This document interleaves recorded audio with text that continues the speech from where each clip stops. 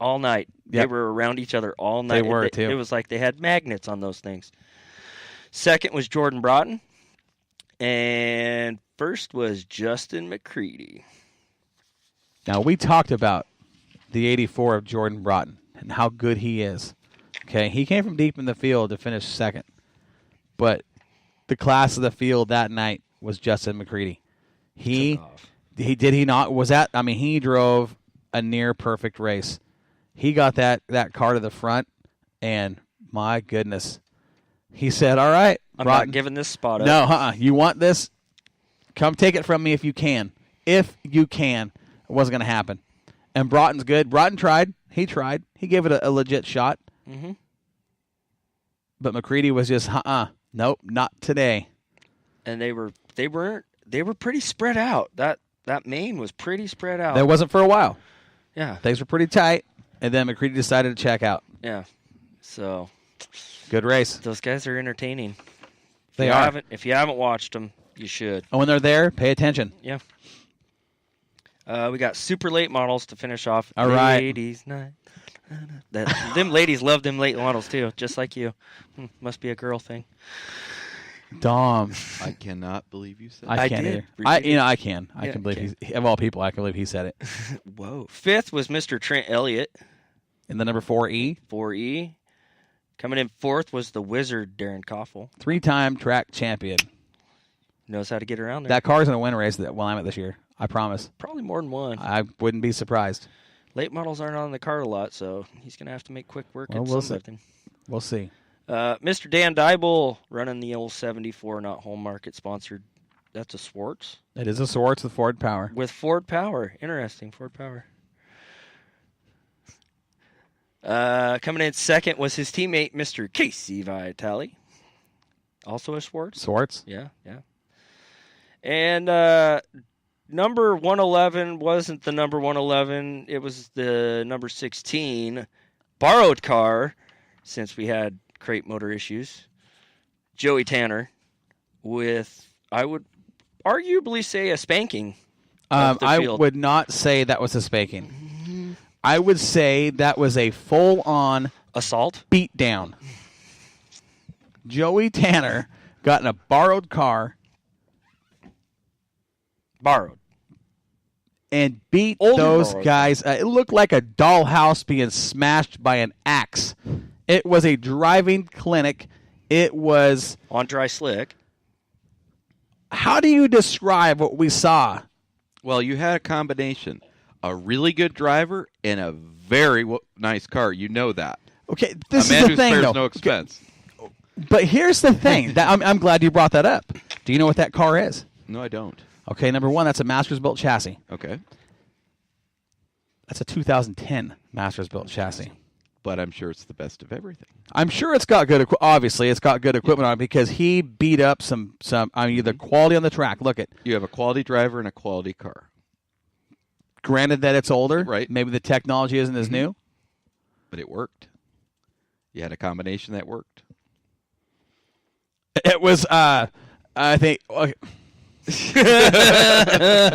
He's trying to keep his opinions to himself now. He can say whatever he wants. I just gave mine. Well, here's the thing. This is what I was going to bring up.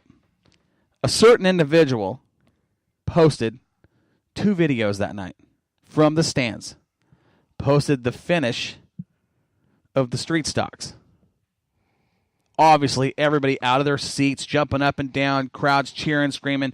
People in the back, in the pit area, where they were coming to the fence because what's going on? What did we miss? Total pandemonium.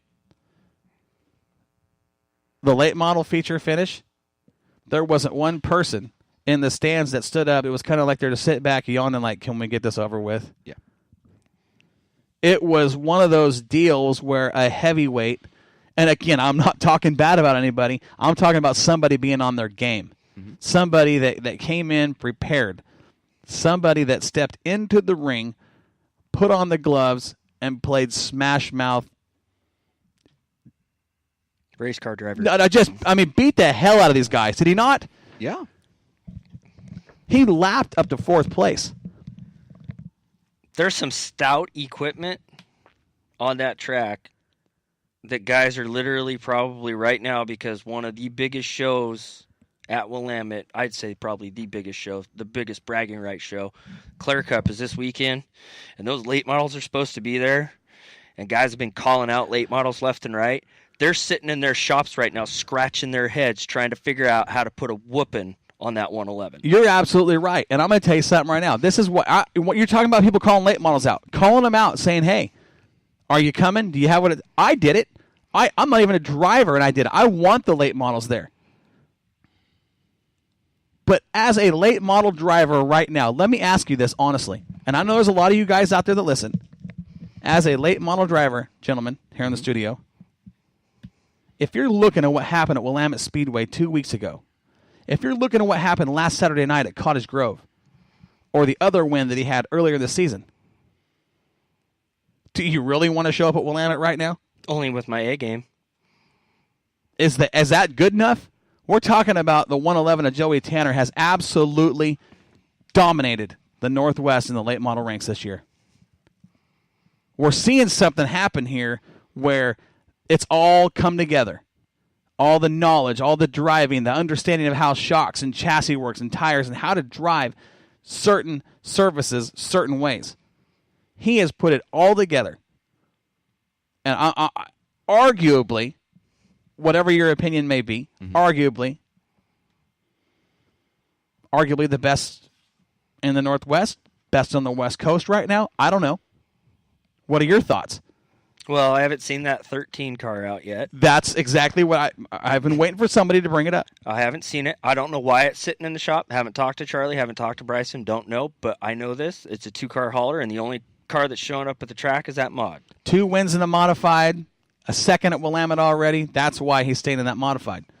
The kid is having fun in that car. As a late model driver right now, I'm not too sure I want to show up at Willamette Speedway with a late model and think you got to come in and how this is my question. How do you not come into Willamette right now with a late model thinking I'm running for the win? I know you have to. You have to have that mindset. You're showing up to win. But right now, realistically, I think people are going, second's not too bad. Yeah. Top 5 finish. You're a racer. If you're a real racer, and we all know late model drivers probably have the biggest egos of race car drivers because they're late model drivers. They're big, they're bad, they're nasty, they're mean. Yep. You got to have the huevos rancheros to stick it in there and send it. You got to have dents in your floorboard. You don't show up to the track to say, I'll take second. You don't. But right now, you have got to be worried. You have to. After what we've seen to this point, we saw, I don't know, maybe he would have won it that night with Rob May. What a show that was, battling for the lead when the yard sale happened. Mm-hmm. Scattered a trail of pistons and rods and blocks of chunks of block. I mean, you could see through the engine from turn 3 all the way almost to the front stretch of turn 4. If that doesn't happen, I'm not too sure he doesn't win that race. Well, I'll tell you this. Because every lap out of turn 4, he was door to door with Maya, and he was inching up that track to take that line away. Maya had to be, at some point, a little concerned with that 111 car before it blew up. He knew it was there. Oh, you guarantee he knew it. He was side by side. Now, and when Rob got out of the car that night in Victory Lane and says, whoa, what a race. You know, I mean, and it didn't end there that night. Because usually it's very calm and collective thing, yeah. But, you know, that racetrack couldn't have been a bigger gift for those 2 drivers. You had the middle lane, which had enough traction in the slick to be fast, and then you had the top side cushion where Rob May loves to run. You had 2 drivers in their prime element getting it on. And I'm telling you right now, if that would have came down to the stripe, to the checkered flag, with that race continuing the way it would have went, I don't know who would have won. I'm afraid to say, because it was that close lap after lap for 22 laps. It was incredible. I don't... Yeah.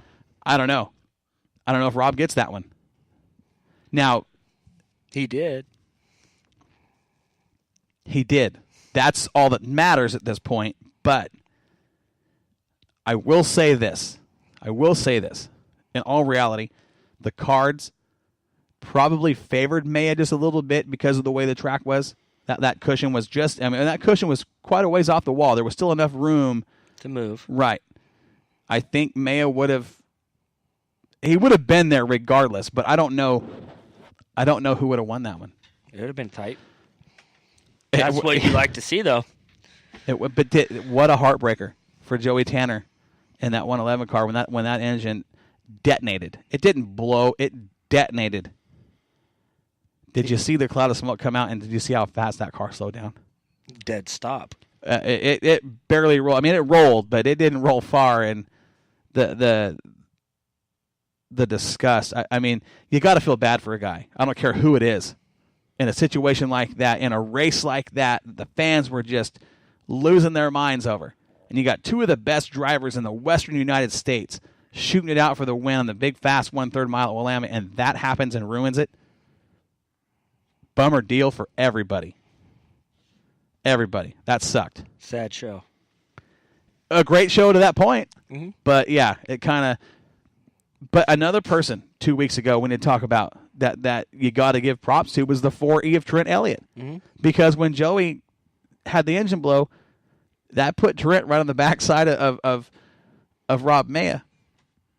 And Rob's got that big open motor up on the top side, right rear in the cushion. And what's Trent got? The same engine Joey had, that 525 crate right through the middle. And he followed Rob for a while trying to get a run off. But like I said, the cards were probably in the favor of May on the high side with that cushion and able to use that horsepower. Oh, yeah. But my goodness. Oh, my gosh. Heartbreak City. So do you think for Clair Cup, for bragging rights, you're going to see more late models show up? I hope so. Because, and it's been said for 30 years, and I'll say it on the air, if you want, and this counts everybody. I'm talking about everybody in the western United States. If you want to be a big-time name in dirt late model racing, you've got to win at Willamette. You have to. Not finish second. No, you got to win. Dom, what do you think? You know, it is considered one of the tracks to be at. It's one of the ones you have bragging rights with it. You know, I don't see the other tracks as much to know what the feel is or what the opinion is or what the people feel. You know, unfortunately, I've pretty much always focused on just Willamette. Okay. So I see the big names come out of there, they race, and everybody has their bragging rights. And like I say, it probably is. I agree with you. You know, it seems like the track that people want to race. It's got the prestige. Yeah. The only other track that I see with that type of prestige, whether it's in, you know, the region or their region, would be Bakersfield.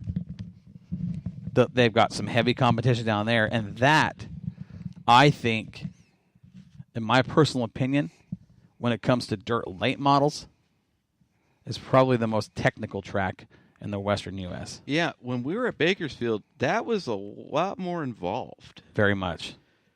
I mean, like when I watched Joey race there, he had it figured out, but it isn't just your upper and lower track. It's a lot more involved. Yeah, and that the ends, each end of that racetrack is so different. Willamette's got the prestige, it's got the speed, it's got the size. Bakersfield, you got to be technical. You got to be technical, okay? We've got a lot of really good technical drivers here in the PNW that go down to Bakersfield and compete.